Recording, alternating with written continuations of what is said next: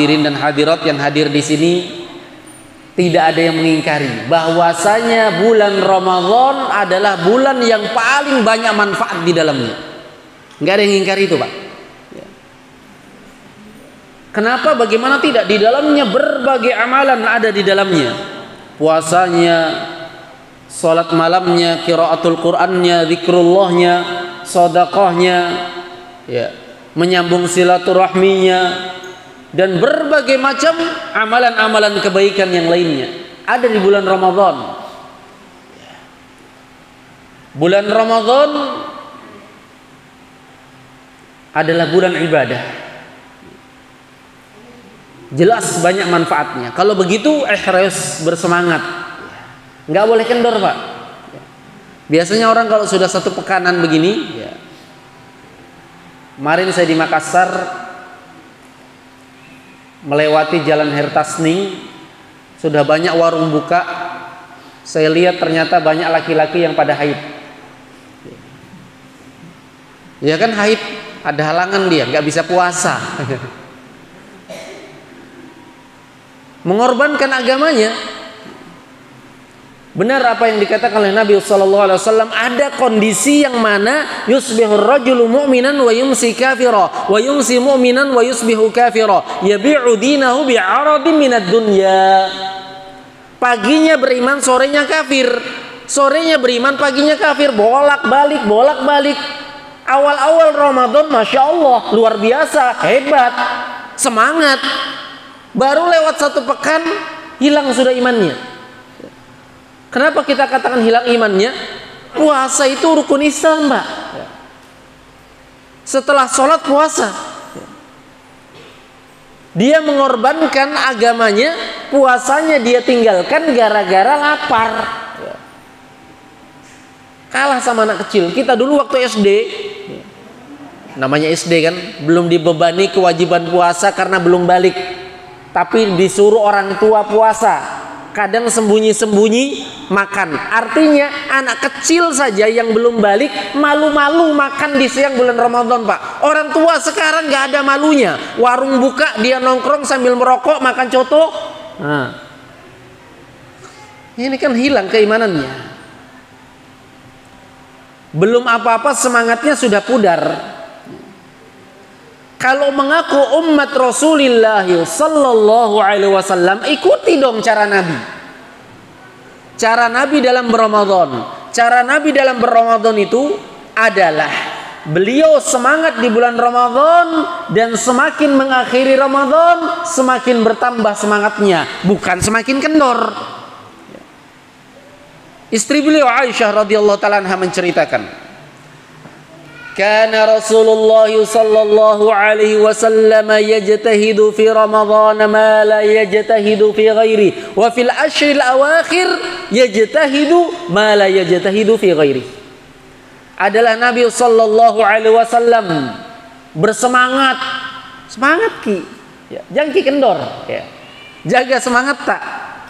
Adalah Nabi sallallahu alaihi wasallam bersungguh-sungguh, bersemangat di dalam kebaikan.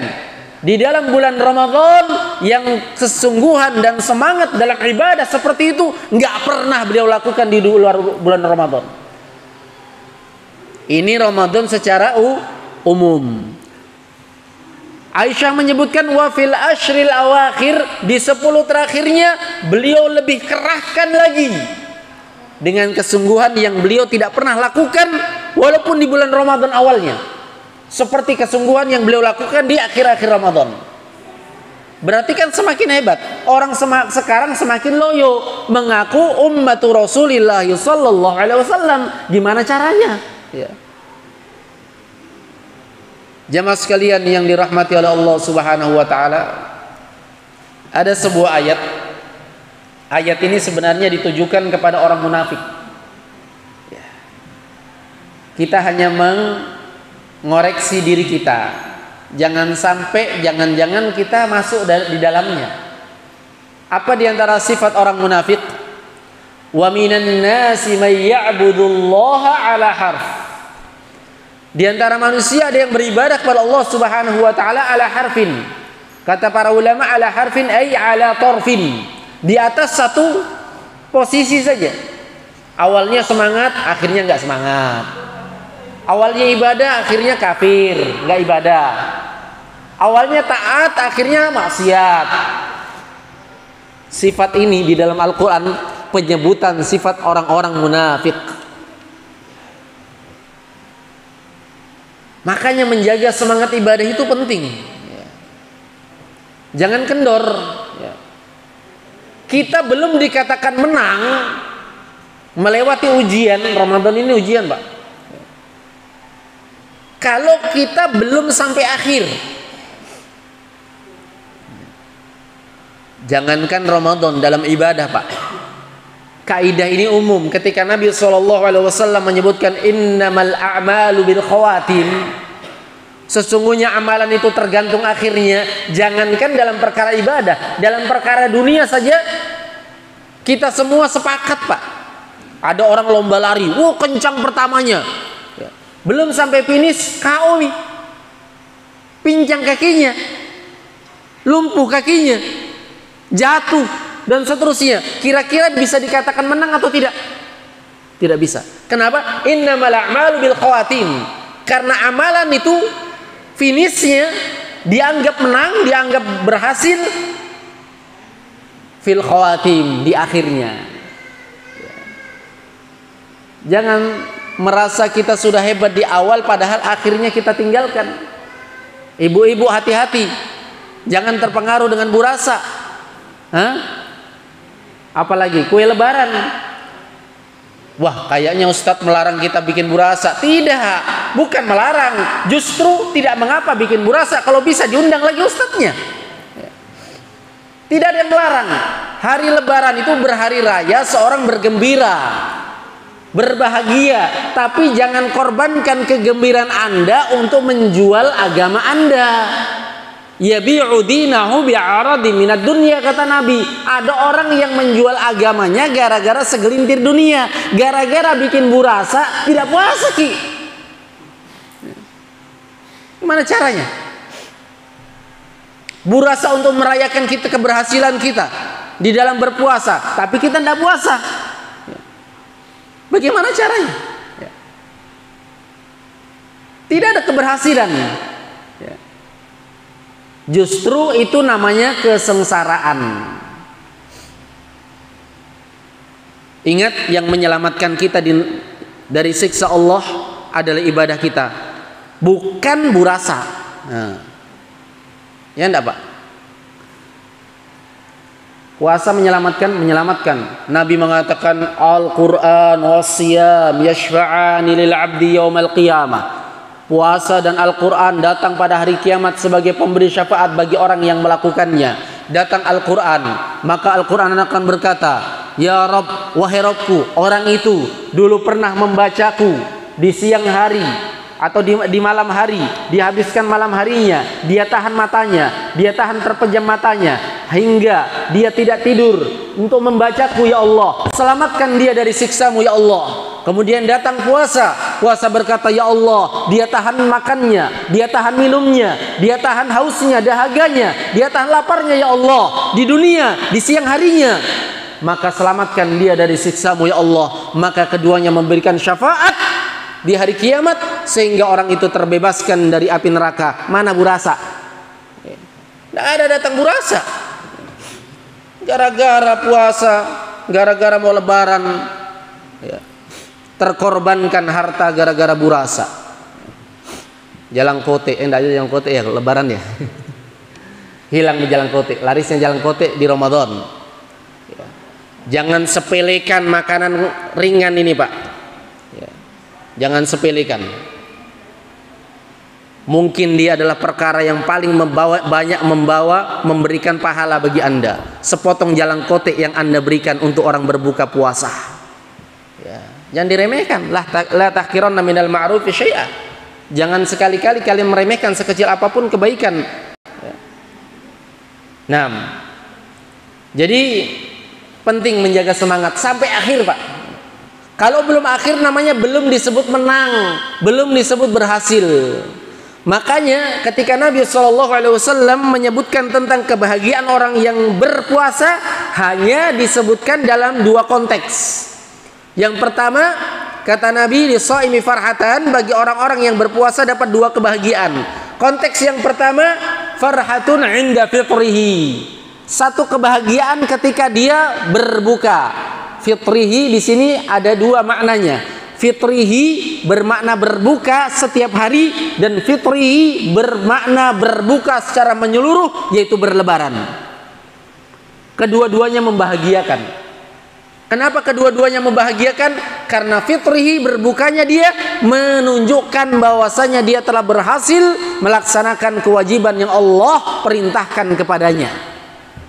Asy-Syaikh Utsaimin rahimahullah ta'ala menjelaskan makna orang bisa bahagia ketika berbuka karena dua hal. Pertama, karena dia telah melepaskan rasa lapar dan dahaga yang merupakan tabiat manusia, suka makan dan minum. Dia lepaskan, alhamdulillah. Itu kebahagiaan. Bahagia tidak kalau buka, Pak? Ada tidak orang yang mengatakan, kenapa cepat sekali buka? Tidak ada tuh. Bahkan yang diucapkan kata Nabi, "Dhahabadh dhama", wah, hilang dahaga. Ya. Hilang dahaga. Wa batalatil uruq, tenggorokan sudah ini nih, sudah basah. Ya. Wa thabatil ajr, pahala sudah kita dapat. Kan bahagia namanya. Ya. Bahagia itu. Ya. Kebahagiaan juga ketika berbuka dari sisi, karena ketika seorang sudah berhasil atau dia sudah berbuka, menunjukkan dia sudah selesai melaksanakan puasanya, yaitu dia diberikan nikmat bisa melaksanakan puasa sampai selesai. Bahagia enggak? Ada orang yang enggak selesai, Pak. Apakah karena udzur atau karena dirinya sendiri? Karena udzur misalnya di tengah perjalanan dia sakit. Karena tidak udzur misalnya dia nggak tahan, mau makan sembunyi-sembunyi atau terang-terangan. Akhirnya mereka tidak dapatkan kebahagiaan. Tapi orang yang berbuka bahagia dia. Termasuk berbuka ketika berlebaran. Karena dia telah menyelesaikan 30 hari di bulan Ramadan. Kebahagiaan yang kedua, konteks yang kedua, farhatun 'inda liqa'i rabbih. Kebahagiaan ketika dia berjumpa, bertemu dengan Rabbnya, dengan Tuhannya Allah Subhanahu wa ta'ala. Ya. Bahagia ki. Jadi kalau ada orang sekarang bahagia nggak selesai puasanya, kan aneh, Pak. Ya. Apanya yang dia bahagiakan? Ya. Ikut meramaikan, lengkap kue-kuenya, jenis kuenya 60 jenis. Ya. La ilaha illallah. Kalau kita mau melihat potret para salaf, para pendahulu kita dulu dari kalangan para ulama, luar biasa. Semangat mereka nggak pernah kendor, Pak. Kita berikan contoh, beberapa contoh. Imam Malik rahimahullah ta'ala. Imam Malik ini beliau dikenal dengan Imam Daril Hijrah, Imam negeri hijrahnya Nabi, yaitu kota Madinah. Beliau memiliki majelis ilmu, mengajar ribuan orang di Masjid Nabawi. Bukan kayak kita, baru 100 orang yang hadir, woi banyak nih jamaahku. Imam Malik santai, ribuan jamaahnya. Beliau mengajar di Masjid Nabawi, Masjid Nabi SAW. Semangat beliau, tiap hari mengajar, tidak pernah absen, Pak. Begitu masuk bulan Ramadan, libur semuanya. Libur semuanya. Tidak ada majelis ilmu satupun. Terus beliau fokus dengan ibadah dan qiraatul Quran. Makanya ibadah yang paling kita giatkan di bulan Ramadan salah satunya adalah qiraatul Quran, Pak, baca Al-Quran. Ini para ulama mencontohkan itu, bahkan dicontohkan Nabi sendiri sallallahu alaihi wasallam. Wa kana yalqahu Jibril fi kulli lailatin min Ramadan yatadarasuhul Quran. Nabi itu bertemu Jibril tiap malam di bulan Ramadan, mempelajari Al-Quran, tadarus Al-Quran. Ya. Jangan kita tinggalkan Al-Quran di bulan Ramadan. Jadi Imam Malik fokus Al-Quran, baca Al-Quran, ibadah saja. Karena ini apa? Ghanimah. Ulama menyebut bulan Ramadan ini ghanimah. Waktunya kita memanen pahala di sini. Kita berikan contoh yang lain. Imam Syafi'i rahimahullah ta'ala. Percaya atau tidak percaya? Ya. Yang tidak percaya karena nggak pernah mencoba. Kalau itu bisa. Kalau kita fokuskan. Imam Syafi'i rahimahullah ta'ala. Pada setiap bulan Ramadan beliau menyelesaikan Al-Quran, membaca Al-Quran, mengkhatamkan Al-Quran sebanyak 60 kali. Berarti satu harinya berapa kali mengkhatamkan? 2 kali. 30 juz, 30 juz. 2 kali satu hari. Kita iya kalau satu bulan satu kali khatam. Jarang-jarang. Imam Syafi'i rahimahullah. Orang Indonesia banyak mengaku mengikut madhabnya Imam Asy-Syafi'i. Ikuti dong cara Imam Syafi'i dalam Ramadan. Imam Sufyan Ats-Tsauri rahimahullah ta'ala, semangat beliau, saking semangatnya beliau pada ibadah inti di bulan Ramadan, puasa, qiraatul Quran, salat, sedekah, beliau meninggalkan ibadah sunnah lainnya, fokus pada ibadah inti. Imam Qatadah ibn Di'amah rahimahullah ta'ala, setiap hari selain Ramadan beliau menyelesaikan Al-Quran setiap pekan 7 hari sekali. Masuk bulan Ramadan setiap 3 hari beliau selesaikan. Masuk 10 terakhir setiap hari beliau selesaikan. Sa'id bin Jubair rahimahullah ta'ala termasuk min afdhalit tabi'in, dari tabi'in yang paling afdal. Ada yang menyebut yang paling afdal dari tabi'in adalah Sa'id bin Jubair. Ada yang menyebutkan yang paling afdal adalah Sa'id bin Musayyib. Sa'id bin Jubair rahimahullah ta'ala, beliau menyelesaikan Al-Quran setiap 2 malam sekali. Ini semangat beliau. Luar biasa. Kita bacaan 1 rakaat, 2 ayat, 3 ayat pada sholat tarawih dilakukan sebanyak 8 rakaat ditambah 3 witir, sudah banyak yang mengeluh. Gimana caranya mau mengikuti mereka, orang-orang terbaik? Banyak nggak yang ngeluh nih? Orang yang mengeluh hanya orang yang kurang paham apa itu Ramadan. Orang yang paham apa itu Ramadan dan ada apa pada Ramadan, dia merasa kurang. Wah, cepat sekali nih selesai.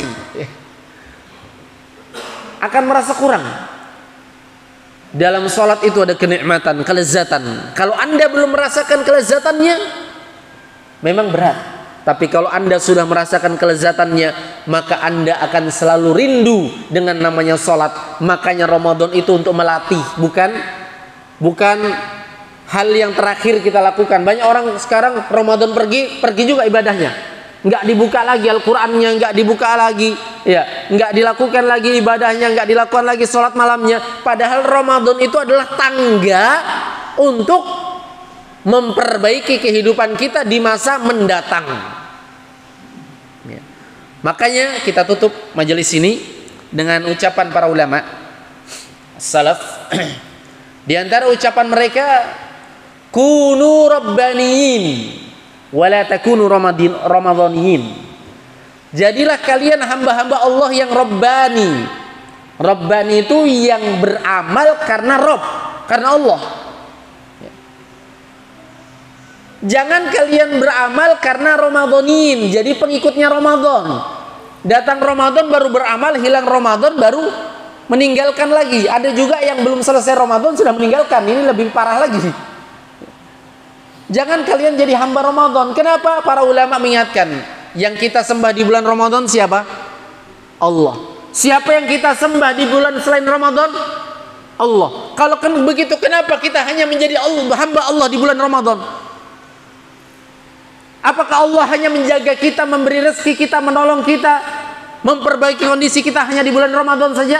Bagaimana andai kata Allah menjaga kita hanya di bulan Ramadan saja dan membiarkan kita di selain bulan Ramadan? Bagaimana kondisi kita?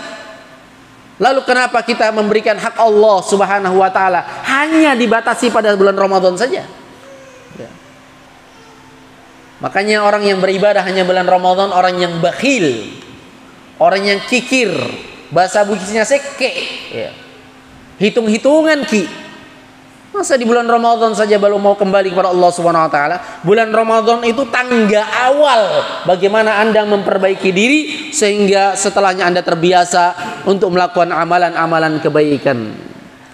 Mudah-mudahan dengan ceramah singkat ini bisa mengembalikan atau memberikan semangat kita, ya, agar kita bisa menjaga semangat dan tidak kendor dalam ibadah. Ingat, jangan kendor. Semangat ki Pak, semangat ki Bu. Ya, jangan pernah kendor. Walaupun ada yang ngendor-ngendori, ndak puasa ki. Masa muslim masih ditanya puasa ki? Ya. Sebenarnya pertanyaan seperti ini tidak cocok, apalagi di kalangan ikhwah, di kalangan para lelaki, para bapak-bapak. Masa ditanya puasa ki? Memangnya ada yang haid laki-laki? Ya. Tidak. Kenapa? Halangan Kak. Oh, lagi haid ki? Ya. Kalau perempuan wajar ditanya puasa ki? Tidak. Tidak usah ditanya lagi, berarti haid. Ya. Maka yang disalahkan kalau ada yang tidak berpuasa Pak orangnya, personilnya, jangan penjual. Penjual cari rezeki kok dong. Kalau tidak ada penjual, bagaimana ibu-ibu yang haid mau makan? Ibu-ibu yang nifas, ibu-ibu yang tidak bisa berpuasa, para musafir kok dong. Ya. Jangan disalahkan penjualnya. Penjual dimarah-marahi, kau itu yang dimarahi, yang mau makan. Karena penjual itu bebas. Dia menjual kepada orang-orang yang mereka diberikan uzur untuk tidak berpuasa di bulan Ramadan. Saya kira cukup sekian, mudah-mudahan bermanfaat. Subhanakallahumma bihamdik, asyhadu an la ilaha illa anta astaghfiruka wa atubu ilaik. Subhana rabbika rabbil izzati amma yasifun, wa salamun alal mursalin walhamdulillahi rabbil alamin. Assalamualaikum warahmatullahi wabarakatuh.